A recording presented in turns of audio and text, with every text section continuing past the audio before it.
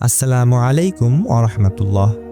সুপ্রিয় দর্শক, আমাদের সবার জীবনে এমন কিছু চাওয়া থাকে যা আমরা খুব করে চাই, কিন্তু কোনোভাবে যেন তা পূরণ হচ্ছে না। আমরা অস্থির হয়ে পড়ি, হতাশ হয়ে যাই।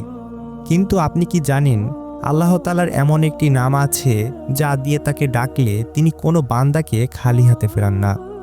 হ্যাঁ, আজকের ভিডিওতে আমি আপনাদের এমন একটি মহিমান্বিত নামের কথা বলতে চলেছি যা দোয়া করার আগে মাত্র ৯৯ বার পড়লে আপনার দোয়া আরশের দরজায় করাঘাত করবে ইনশাআল্লাহ। এই নামের পাওয়ার এত বেশি যে রাসূলুল্লাহ সাল্লাল্লাহু আলাইহি ওয়াসাল্লাম নিজেই এটি বারবার পড়তে নির্দেশ দিয়েছেন। চলুন জেনে নিই সেই নাম এবং তার আমল করার সঠিক নিয়ম।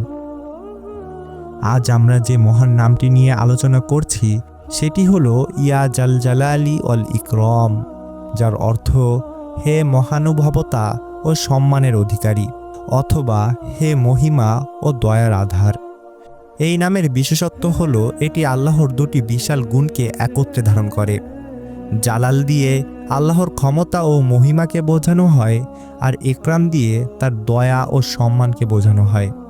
যখন আপনি এই নামটি ডাকবেন, তখন আপনি যেন আল্লাহর পূর্ণাঙ্গ সত্তাকে সম্বোধন করছেন।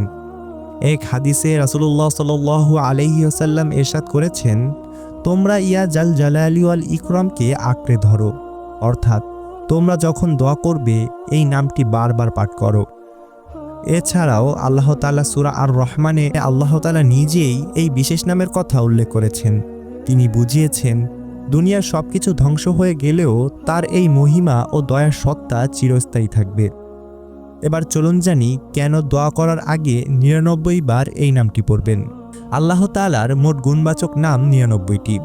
হাদিসে এসেছে, যে ব্যক্তি এই ৯৯টি নাম আয়ত্ত করবে বা জিকির করবে সে জান্নাতি হবে। উলামা একরাম বলেন, যখন কোনো বান্দা আল্লাহর একটি বিশেষ নামকে ৯৯ বার ভক্তি করে পাঠ করে দোয়া করে, তখন আল্লাহ তার ওই বান্দার প্রতি অতিশয় খুশি হন এবং তার দোয়ার উপর রহমত বর্ষণ করেন। এবার চলুন জানি এই ভিডিওর সবচেয়ে গুরুত্বপূর্ণ অংশ, কখন কিভাবে এই আমলটি সঠিক নিয়মে করতে হয়। এই আমলটি করার জন্য কোনো বিশেষ কঠিন নিয়ম নেই, তবে আপনি যদি এই নিয়মগুলো অনুসরণ করেন তবে এর কার্যকারিতা বহুগুণ বেড়ে যাবে। প্রথমে পাক পবিত্র হয়ে কেবলামুখী হয়ে বসুন। এরপর ৩ বার দুরূদ শরীফ পড়ুন। এরপর পূর্ণ একাগ্রতার সাথে মনে মনে আল্লাহর মহিমা চিন্তা করে ৯৯ বার ইয়া জাল জালালি ওয়াল ইকরাম এই নামটি পড়ুন। পড়া শেষ হলে আপনার মনের আকুতিগুলো আল্লাহর সামনে তুলে ধরুন। খুব বিনয়ের সাথে চোখের পানি ফেলে আপনার চাহিদার কথা বলুন। শেষে আবার ৩ বার দুরূদ শরীফ পড়ে মোনাজাত শেষ করুন।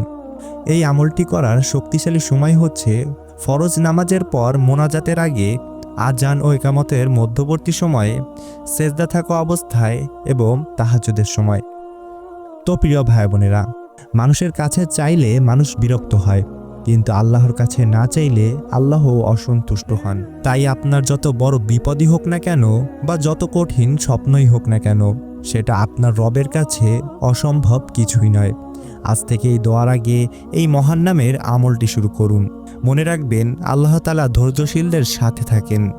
আল্লাহ আমাদের সবাইকে তার এই পবিত্র নামের উসিলায় দুনিয়া ও আখিরাতের সকল কল্যাণ দান করুন, আমিন। তো বন্ধুরা, ভিডিওটি দেখে যদি আপনার ভালো লেগে থাকে তাহলে অবশ্যই লাইক করবেন, আর আপনার প্রিয়জনদের সাথে শেয়ার করবেন যাতে তারাও উপকৃত হতে পারে। আর এরকম আরও গুরুত্বপূর্ণ ভিডিও পেতে আমাদেরকে ফলো অথবা সাবস্ক্রাইব করে আমাদের পাশে থাকবেন। আজকের মতো বিদায় নিচ্ছি। আসসালামু আলাইকুম ওয়া রাহমাতুল্লাহ।